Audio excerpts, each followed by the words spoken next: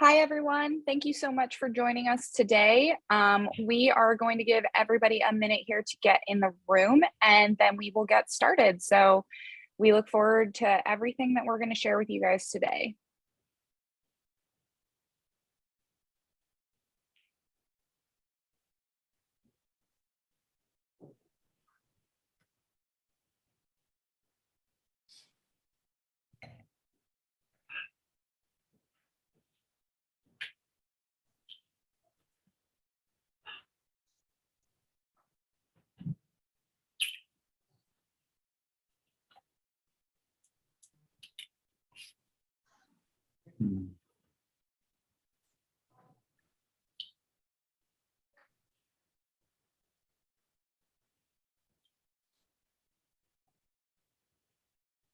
All right, looks like everyone's in here, so we can go ahead and get started.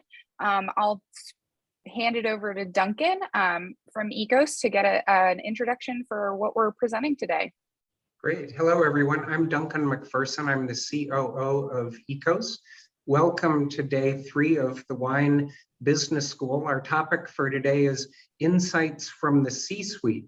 And we're thrilled that you're here. We're also thrilled and lucky to have Ray Johnson and Stephanie Peachy from the Wine Business Institute presenting today.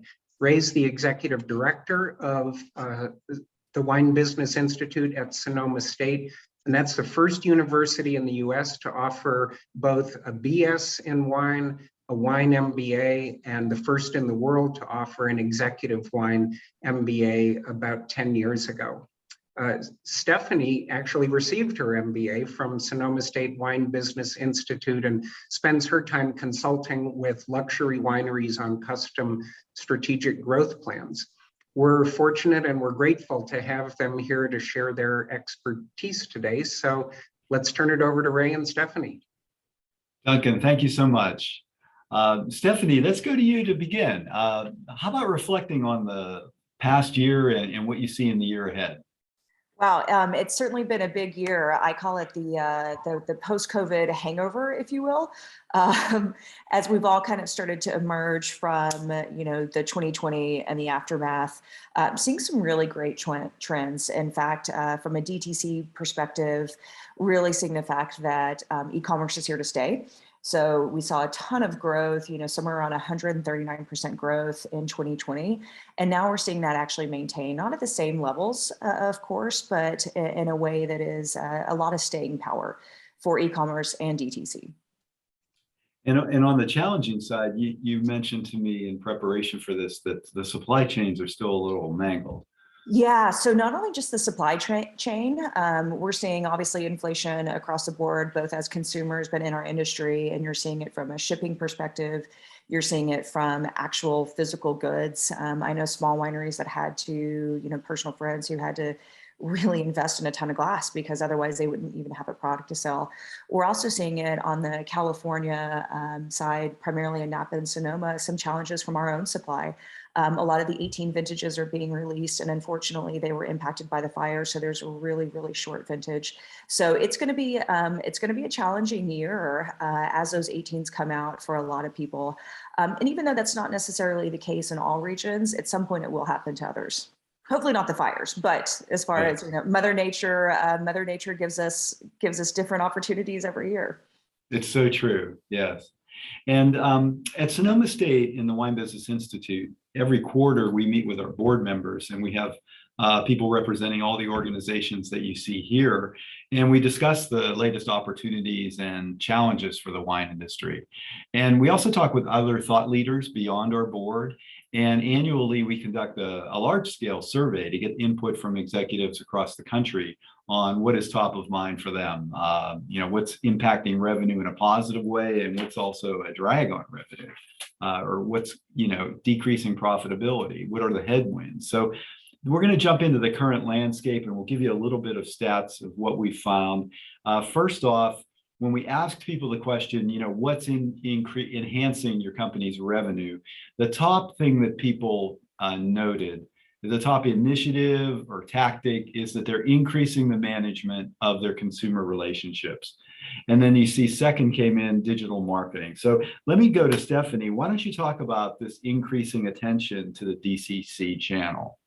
Yeah, so obviously during COVID and the shutdown, we saw a huge shift to online sales, which was quite refreshing. Actually, the wine industry kind of took that leap forward and really embraced DTC. What we're seeing now, and what I'm really happy about, is that it's now becoming more of that omni-channel experience. Which, if you look at other industries, retail, or just anywhere, luxury goods, that omni-channel is really important. And I think people are in the industry is finally embracing that. It's not a DTC versus wholesale. It's really about where our customer is and wanting to be where they are and wanting to be available for them. If they're sitting on their couch and they're watching TV at 10 p.m. and they get a hankering for your wine, we want to be there. Sort of like we also want to be on their list at their favorite restaurant if we can. So I think we're seeing a lot of that focus. We're also seeing, as you're saying, the experiences. Pre-COVID and post-COVID, the trend pre-COVID was really focused on experiences. Post-COVID, it's the same thing. People want to get out, they want to enjoy, they want to sit and relax, they want to have that time together. So that trend is now a reality.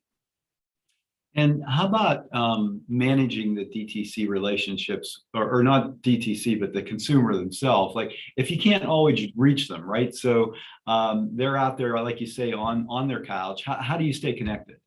Yeah, this is one that nobody's really going to like the answer. As a marketer who's focused on results and measurements, I hate to say it, but that social marketing and those social networks actually really matter. And even though we can't measure it necessarily, when they see your wine on a list and they want to learn more, if a sommelier tells a story about a winery, they're actually going to follow you on Instagram, or they might be interested to follow you or look you up or look at your stories. And that's where that relationship can be built. And that's where they kind of dig further. And oftentimes that's might be the first place where they go. They may not go to your website. They may not look at your blog or your content. They're probably going to look you up on social media. So it's kind of a drag to hear that because, like I said, I want to be able to measure everything and I can't. But that's part of how we develop those relationships, and really maintaining that is critical, because what we're also up against is maintaining that share of wallet. And so the more that people can feel connected to our brands and to our wines, because from a luxury standpoint, let's face it, nobody needs to spend $60 on a bottle of wine. They're doing it because they liked the product and they like the story. And so that relationship is what we're building with them. And same thing with email, same thing with, the somm that's telling our story. So all of that's really critical as far as building and maintaining that relationship. And you were sharing with me when we look at digital that there has been a shift, not only in the wine industry, but in what consumers are willing to do. Talk about that. Yeah, so consumers are now more savvy. They are willing to follow us. They are willing to, give us their email addresses. They are willing to, in a lot of cases, we're seeing a big shift into, they're willing to give us access to text messages. You're seeing some big shifts there, and the wine industry quite hasn't fully embraced that. But if you look at some of your favorite brands, they will text you. There's the OXO, the brand that does all the culinary. They do a great job of their text messages, and there's others out there who are doing the same thing. And you had mentioned to me, it's even been a tectonic shift if you think about how consumers, they thought of wine as perishable, and they had to go to a store. They couldn't order it and have it delivered. But now, everything. Right. And that was so when we talk about shipping and the DTC side of things, there's two sides of it. And the one side was, if you look back over the past, 10, 15 years in the industry, there was a consumer hang up of, and Ray, we talked about and joked about, it was sort of like raw tomatoes. For the longest time, there was this like, well, am I really going to order raw tomatoes? And what's going to happen when they come? Are they going to be bruised? Or are they going to be ones I like? And so there was a consumer mindset of, well, gosh, I'm ordering grapes. Are they going to be really fresh? So consumers have embraced that. They've gotten over it. And the wine industry is starting to embrace that. And we're starting to understand that you can build that relationship by shipping wine directly to people. Yeah. So it's a wonderful shift that we're starting to see. Right. And what is best digital practice today? So when you talk about best digital practices, I liken it to when somebody comes to your website, really the magic number is 3. You want them to have 3 clicks from checkout. So that means when they land there and say they're really excited about Sauvignon Blanc, You want them to have just 3 simple clicks in order to get from the product that they want to the checkout process. Ray, one of the things that if you talk to anybody who's ever been on my team, one of my favorite sayings is our customers shop at Amazon and they stay to 4 seasons. And I know in the industry, we cannot be all of those things, but that's the consumer mindset that we need to embrace. And no, we will never be as powerful and we can never do the same day shipping legally that Amazon can, but we need to think about our consumers because that's the expectation and that's the mentality and that's what's been set for them. And so we need to try to embrace and make it as simple as possible as we can. Yeah, you point to something, what they learn with other products and other categories, they start to expect in wine too. Exactly. Yeah. Well, let's talk about some of the challenges that people have been seeing. And so these were What challenges, right? It's been all roses. opportunities. So a lot of people talk about the pain point of cost and availability of labor. I mean, talent in general, right? So as we continue to hear about the Great Resignation, how are you finding the colleagues are attracting and retaining employees? Yeah, it's tough. Ray, I was telling you, I now live in Montana, and I was driving through small town Montana the other day, and we pulled over to get some snacks for the kids, and McDonald's in small town Montana is paying $16 an hour, and that's what they're advertising. And that's just a big challenge. And Napa, Sonoma, we've been at that $15 mark. So it's not just about now pricing. It's not just about, payment.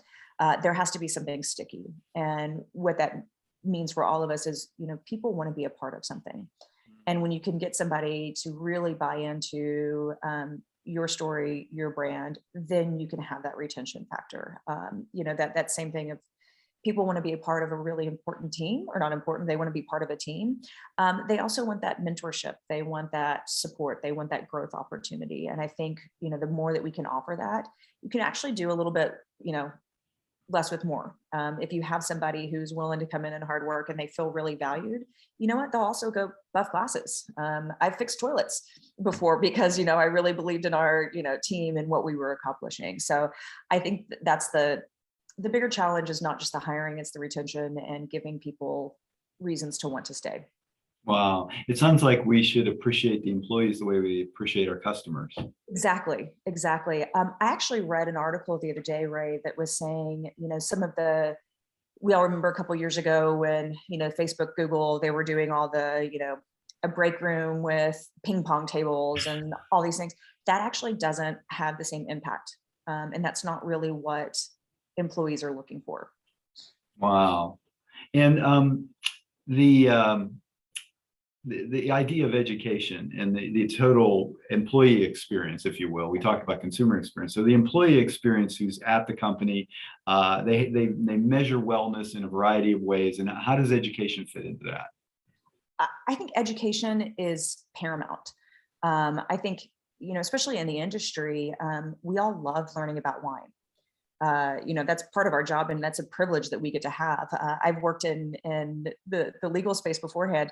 It wasn't fun learning about legal research, but it's fun learning about, maybe for some, that's not, to bag on any of our friends in the legal space, but it's fun to learn about wine. And we sometimes forget that. We sometimes forget that opening a bottle of wine at the end of the day or setting a time aside where we get to sit with a winemaker and learn, that's a big connection and that's a big opportunity. I also think from a career perspective, shameless plug, Sonoma State Wine Business Institute does a great job with their certificate programs. And I think, putting a employee through something like that, it's invaluable. And that builds loyalty. That also builds their expertise. That builds confidence. And that also builds, their ability to sell. So, if somebody's interested in those things, put them in it, let it happen, and you're gonna reap the benefits. Yes.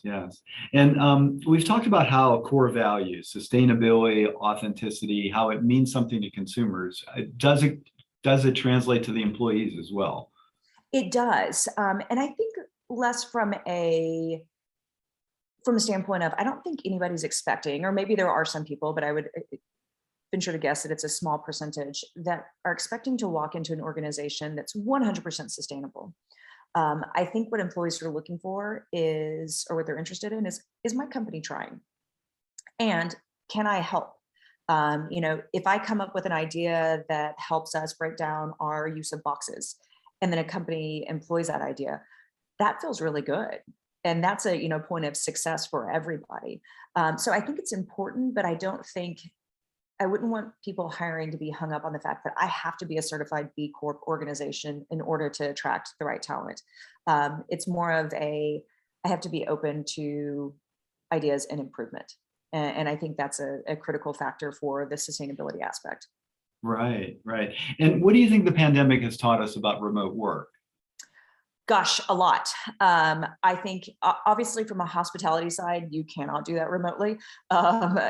Sure, we've done some online tastings and that worked during the pandemic, and some of them were sticking around. But I think in other worlds, I use the example. There's a large organization out of Napa. Their entire finance team, they actually closed their office. And the entire finance team is now remote. So they're saving money on not having to pay for the lease, even by having, kind of regularly monthly or quarterly check-ins where they do in person and they're renting office space or, conference space. They're saving significantly on that lease space, and their productivity is higher. I also talk about the fact that years ago I was remote. This was way back before we even had Zoom conferences. Over a 6-year period, my boss was in the same location for one of those years. And the rest of the time, everything was remote. And you really can build trust, and you can build strong relationships, and you can build efficiency and productivity by working remote. You just have to foster it in different ways. And I think the pandemic helped us learn that, that you can have that Yeah, in it's the really white true. space. Yeah, it's really true. Well, let's transition into consumers. So 2 years of pandemic, and we found DTC sales actually grew. Yep. So you look at summer 20 versus summer 21, there was great growth. And now in the DTC, we talk about what was it that wineries did and the results that you've seen. So how would you characterize it? Yeah, so it was obviously a huge shift to e-commerce. And again, this will sound kind of bizarre. Telephonic sales have always been a tried and true channel for DTC, and it doesn't sound all that exciting, and it sounds a little bit weird. And for some of us, it feels like we're being, just invasive into people's space.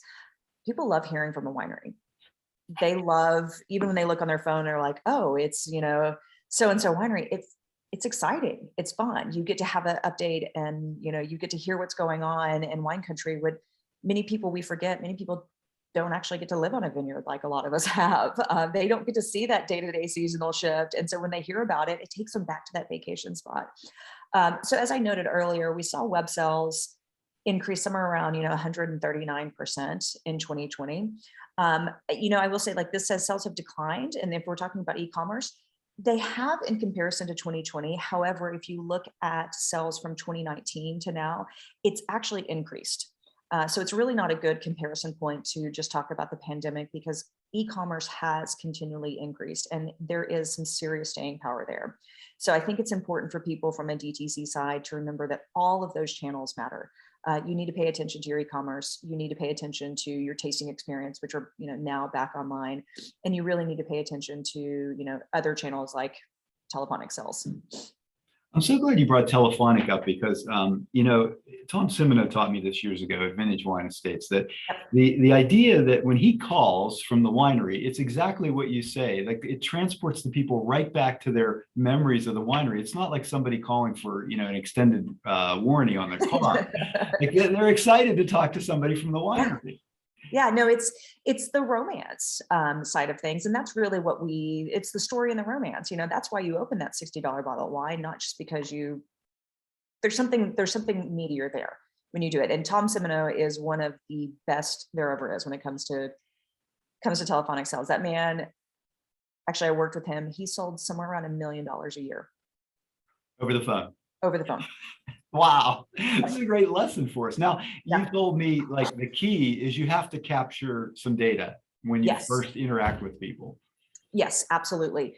So recently I had the luxury of working on the Wine Direct and Enolytics impact report, DTC impact report. So fun stat there that they found and noted that when you capture data, when you capture, email, phone numbers, et cetera, when somebody comes in their tasting room, for every $100 that somebody spends in your tasting room, they will spend upwards of $50 if you capture their data. If you don't capture their data, it's somewhere around less than $10. Wow. So huge impact. And I know we talk about it a lot in the industry, but it's, a great reminder of that is a critical thing that you do. Capture the data. Like we said, people actually want to hear from you. And if they don't, they'll tell you. Or if they don't, they'll unsubscribe, and that's okay too. But make sure you're capturing that data and make sure you're following up and taking them on that customer journey with you. Okay. And then are there other lessons we should carry forward now that restrictions on seeing people are all but vanished? Yeah. So again, as I said, the trend pre-COVID was experience. The reality now is experience. The days of people just kind of walking up and just wanting to do, Ray, we were talking about it back in the, early 2000s, it was load up in a bus and go hit, 7 tasting rooms. People will now go, thankfully, to 2 or 3, and they want to sit there. They want to enjoy the moment. They want to hear the stories. They want to try the wines. They want to soak in all that wine country has to offer. Legally, if you can, it's a great to, of course we have to turn over our tables and we have to see as many people as we can, but, invite them to enjoy a bottle in a picnic area if you can. Invite them to have a glass somewhere else, or, encourage them to take a bottle with them and head out elsewhere. But experience is everything, and spending that time and really cultivating that relationship is critical now. Oh, well said. And what do you, if you could look in the crystal ball, what do you see in the summer ahead? So my prediction, and this is not data based, but sort of what I'm seeing and sort of some of the travel trends that I'm watching, I think gas prices actually can work to our favor from a local perspective. So a lot of people, even though we're seeing international travel return, I think gas prices are going to keep people a little bit more homebound. So I think we're going to see some more day trippers or weekenders versus, going on a big excursion. I think we're going to see people sticking kind of hometown and taking advantage of that. I also, if you look at what happened during the pandemic when people were traveling but staying stateside, tons of national parks were huge, which means lots of good road trips. And, everybody's been posting their pictures of their favorite monuments or their favorite wherever. And so I think we're going to see that continue because people saw, oh my gosh, Glacier National Park, it's so beautiful, I've got to go there. So I think we're going to see that trend continue as well. So more of, kind of that US, local travel. You're right. It really can be to our advantage. The challenges, right? It can still be an opportunity. So we've been on a theme here of customers, managing those relationships. And one of the tools people use is CRM, some sort of customer relationship management tool, software. Yet this number, this split has been pretty consistent over the years of doing this work. And I'm wondering how, for those who haven't adopted a CRM solution, what would you say to coax them along? Please do. So Harvard Business Review put out a great stat about customer retention. If you do a small 5% increase in your customer retention, that can increase your profits from 25 to 95%. Wow. Just a 5% increase. CRM is one of those, it's a little bit of a dirty word in my opinion too, because you hear CRM and it's daunting. You think of Salesforce, wonderful company, great product. Man, it's a lot, and it can be a little bit daunting and scary. It doesn't have to be. Use Wine Direct. That can be your CRM. That can be your source of information. They've got great areas where you can tag. Commerce 7 has the same thing. You can tag your customers in a certain way and create those groups. You can further use companies like Enolytics or Benchmark, who will help you look into your customers and create those different segments. I can't beg people enough to start paying attention to your customers, or not paying attention to them, sorry, to start managing those customer relationships. Right. And what if somebody's worried about the cost? They say, how long is it going to take for this to pay off? Yeah, gosh, immediately. Like I said, 5% increase, can equal 25 to 95% in profits. If you're already on Wine Direct, there's no additional cost. It's just a matter of, finding those, or not even finding, start thinking about those groups of people that you can reach out to. Yes. And Steve Myers, he's on our board. And so he manages Markham. They have Argyle up in Oregon, McCrosty in Sonoma County. And he was saying that they even use their CRM to manage 3-tier as well, those relationships, those customers. And then somehow they match things up so that if a guy from who owns a restaurant in Florida comes to visit the winery in Sonoma County, like people understand like who that guy is. And I talk about that. Yeah, that's a really, really valuable point and insight of, like you're saying, if you've got a small restaurant in Florida who's just a huge advocate of your wine, that's invaluable information to know. And like you're saying, when they come to you, or even if you've got somebody in market that can just go in and shake hands and say, hey, thank you, because you know that what they're doing, that is huge. And that's going to, again, build that relationship. And then when they do come to see you and they get to hear that story, that's what they're going to take back. That's what they're going to share with their customer of, oh my gosh, I got to talk to the winemaker, or I got to walk through their vineyard the other day. And those are those intangible little moments that consumers really get excited about. And also, we forget too that sometimes those restaurants, they're also our consumers. That waiter is probably going to go share your bottle of wine because they're also excited about what they experienced. Right. So let's go to, we've been talking about consumers. So let's go and segment down to the younger generation. And about 1/3 of wineries indicated that 1/4 to 50% of their customers are younger. And we've seen this trending up every year.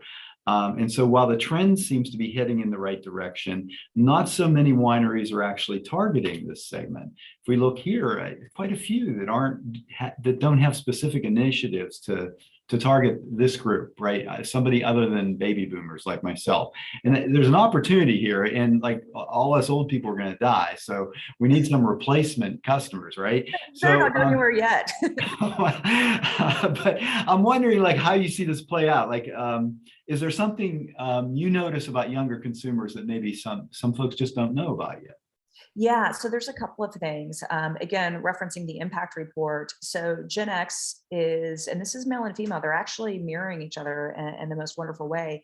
You're seeing like 10% increase in their wine consumption and purchasing. And then with millennials, you've got 16 to 17%. So still not as much as boomers, but really, really positive trends with both the millennials and females. So they're really starting to, and they tend to buy less expensive wine, still on the premium side. So I think that's more of, like you're saying, how we target. You can actually segment your list per, if you have birthdays, per age group, and also per gender or non-gender, whatever, however you want to pick it. And you could target some of your wines that way. So maybe for me, you wouldn't necessarily send the $250 bottle of Cab, but maybe you'll send me your feature, the $40 rosé. And then you can also include the Cab, right? So we're seeing that shift and finally embracing. And Ray, one of the things we talked about too is they're now calling, depending on how you look, I'm either Gen X or I'm a geriatric millennial. What's that? Yes, so geriatric millennials are those of us who are 41, 42. And what has happened, and there was this, 10-ish years ago, there was this huge, millennials are going to save the day. What wasn't factored into it, and there was this huge letdown, right, that they weren't. What wasn't factored into it is where they were, not from just an age category, but from a consumption category. And we forgot that, in your early 20s, you're probably still going out to a bar and you're probably still looking at what the special is for the night. And if it's vodka tonic, you might drink vodka tonic. If it's rum and Coke, you might just go for the rum and Coke. Us geriatric millennials now, we have kids, we have jobs, we actually have a little bit of disposable income, not much with the children. And our weekends are spent differently. And we're probably actually just going to sit down and enjoy a nice bottle of wine. And it's probably only going to be one. But we're going to enjoy that bottle of wine with, friends or spouses or, siblings, and it's going to be that quieter evening, and we're okay. And we're happy to spend more money because that's our entertainment. So I think that shift in thinking about our consumers in a way of where they are, less about an age and more of a psychographic kind of phase is important. And that's where we need to start thinking about, how we also talk to people. Yes, yes. I'm really glad to hear all this positive news because I hear a very positive story from Mike Osborne. He's Yes. also on our board, founder of wine.com, and they are hitting it out of the park with younger segments. And it really goes contrary to what you're hearing other people say, who's like, oh my God, it's a lost generation. Maybe they're never going to adopt wine. But he says, no, they're spending money at wine.com. What do you think is working there? What are they doing that maybe the rest of us don't understand? Gosh, if anybody wants to see best practices on e-commerce, I don't work for wine.com. This is not a plug for them. Well, I mean, it is, but this is not I'm not getting paid for this. They have really employed some best practices. And when we talk about, I made my Amazon reference. If you go to their website, they make it really easy. They have areas where you can share your stories. They have a really clever online chat. And Ray, one of the things I shared with you too, is their team who answers those chats are actually certified somms. So they have, various levels of education. They also don't focus on making wine hard to understand. They make it really easy. And so when you're chatting with one of their somms, it's like, yeah, you want to try orange wine? You want pink wine? Cool. What do you like? Oh, you like sweet wine? Great. Like they're so agnostic. They just want the consumer to have a good experience. And that's really refreshing. And that's sometimes missed. Like we still in the industry sometimes make wine hard, and they've made it easy. Right. Yeah, I was talking with somebody the other day. If you think about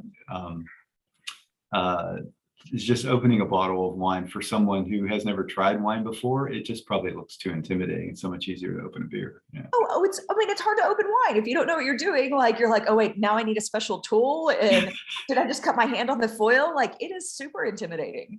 Yeah. Oh boy. Hey, so let's go to categories and opportunities. What else might be out there? And let's look at a slide on this. And as everyone knows, I mean, this isn't news. Rosé and sparkling are at the top of the chart, so to speak.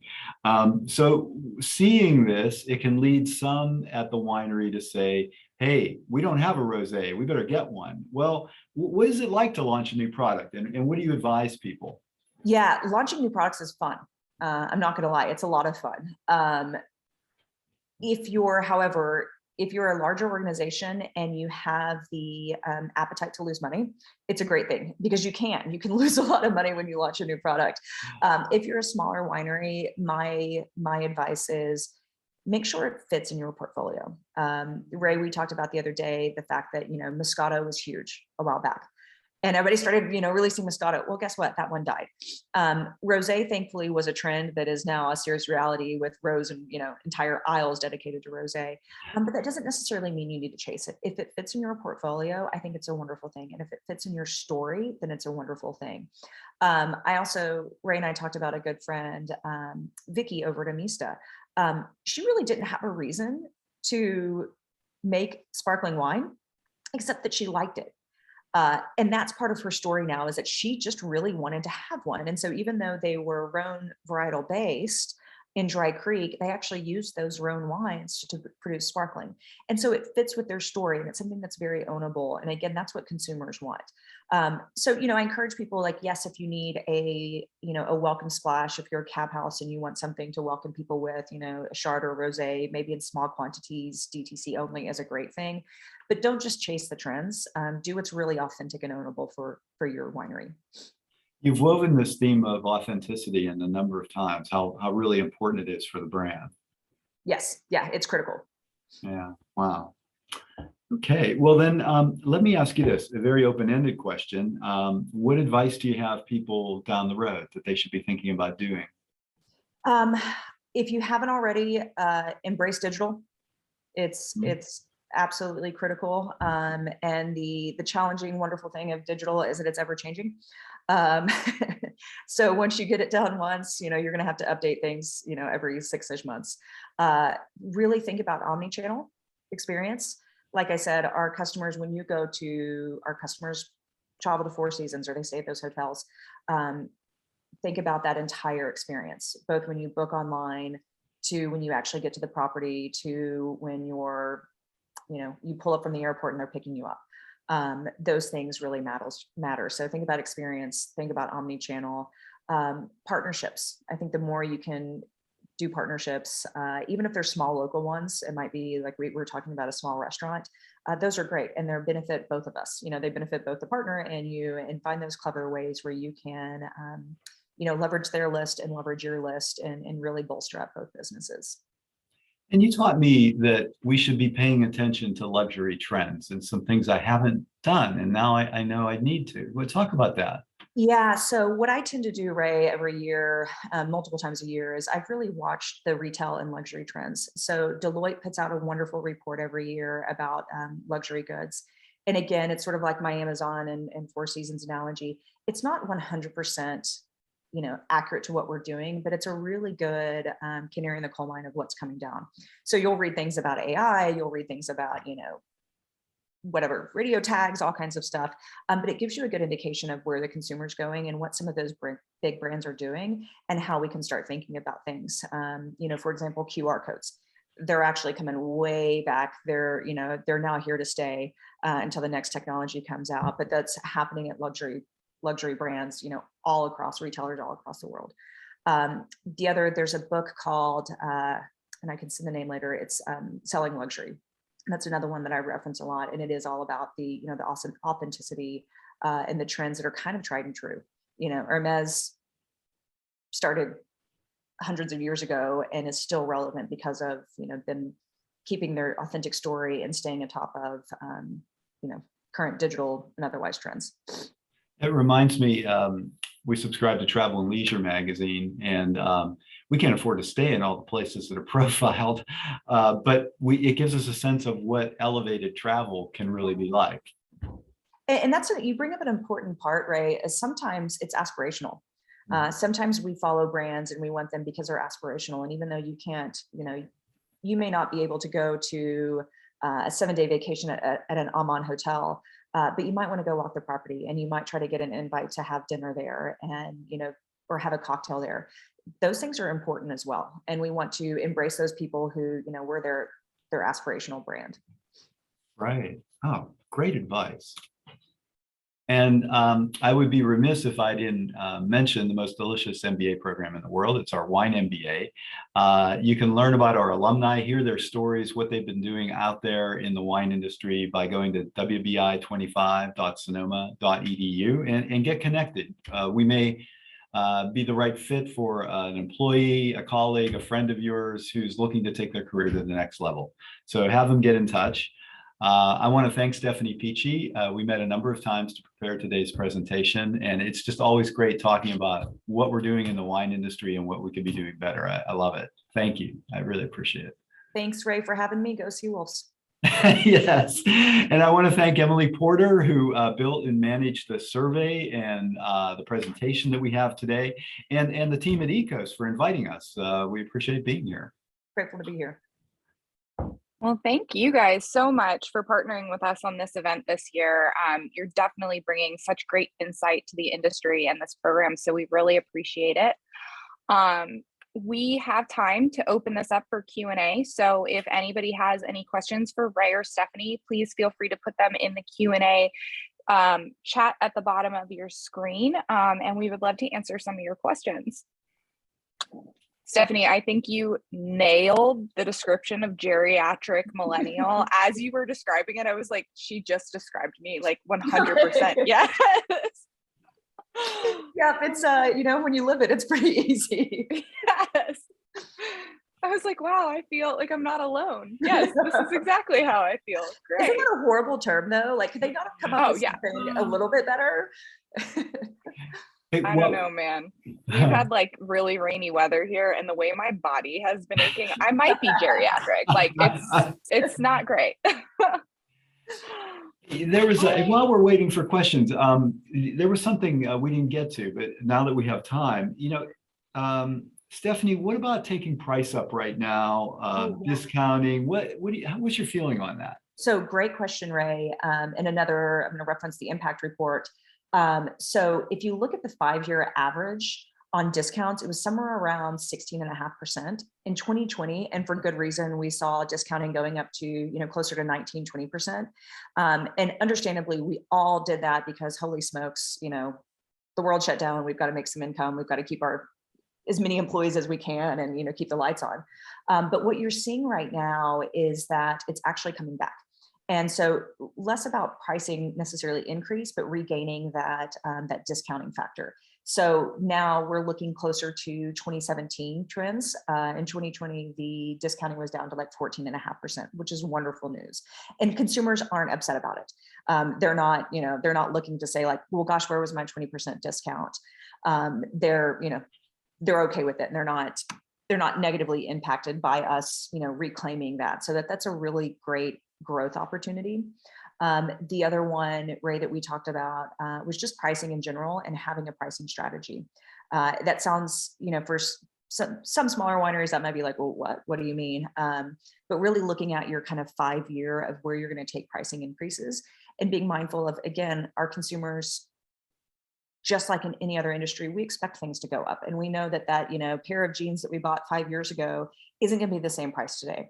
And so we need to start applying some of those same principles to our bottles of wine. And I also like to, you know, share with people, think about your pricing, just sort of like we do when you go to Target in increments, certain increments. So if you increase your wine from $28 to that 30 category, go ahead and take it to 32. People aren't going to, they're going to notice the 3. They're not going to notice that it's $30 or 32, you know, so take it to 32. You can take that bigger hike, then regain some of your own, you know, profits and employ that in other ways. So, you know, I encourage people to kind of map that out of what's it going to look like over a period of time and where you can take those bigger increases. This is really good advice, because we've seen people really getting hit on their margins for quite a while now, because it's such a competitive market, right? There's so many brands battling for X number of eyeballs and a smaller number of gatekeepers to get to the consumer. So if there was ever a time where we could bump up, and as you say, do away with some of the discounts that we felt we needed before. Exactly. You know, I would say stick to the wine club factor. If you're going to have a discounting structure anywhere, you know, and encourage people to get in that wine club and enjoy the benefits of a discount there versus your product. Now, of course, there are times when it makes sense. You know, an annual clear the cellar sale. Those are great times to take discount. It's benefit to you and to the consumer, but make that your one time only. I often talk about the fact that most people, when you go to Old Navy, you never pay full price because you know that there's always going to be a sale. And so it trained us to expect a discount. You don't expect a discount when you go to Louis Vuitton. You don't expect a discount when you go to other brands, right? Occasionally you might catch Ralph Lauren might have their annual sale twice a year, but otherwise we're not looking, train your customers in the right way. Yeah, well said. When I go to the Four Seasons and have lunch, I don't expect a 20% discount on lunch, but they may have created some really cool prefix menu that we're actually, they're maintaining their margin and I'm spending more. Right, exactly. Yeah. Cool. Well, Ashley. Yes, it doesn't look, we had one question come through about recording, so I will just address that live as well. Everybody who's registered to attend Wine Business School this week will get a copy of the recordings via email by the end of the week or early next week. So you will all get a recording. Keep an eye on that in your inbox, but you will have the ability to revisit this session, share it with, you know, some of your other employees, anyone you think is relevant. You will get a recording of this. And Ashley, don't forget, we've got other friends up for tomorrow. We do. So tomorrow we are wrapping up Wine Business School with finance and accounting. Kemp Moyer from BPM will be presenting and sharing the accounting and finance side of kind of the winery business. And we're hoping everybody will come out for that. Or if it's not the right fit for you, please share it with whoever it is the right fit for, because we are really looking forward to wrapping up the week strong with that presentation. And I will... Yeah. I just want to add, they're a great firm. So Michelle Osborne is on our board of directors from BPM, and they serve a lot of people in the wine industry, and getting the numbers right is crucial. Couldn't agree more. All right. Well, Ray and Stephanie, thank you so much for taking the time out today to do this presentation. It was definitely full of wonderful insights, complemented very well our presentation we did yesterday too on the DTC kind of club process. I think it was wonderful. The facts and figures you guys were also able to put behind that information. So thank you guys so much for taking the time. Thanks for having us. Yep. Thank you. And thanks everyone online. Join us again tomorrow. And if not, have a great rest of your day and week. Thank you. All right. Bye-bye, everyone. Take care. Bye.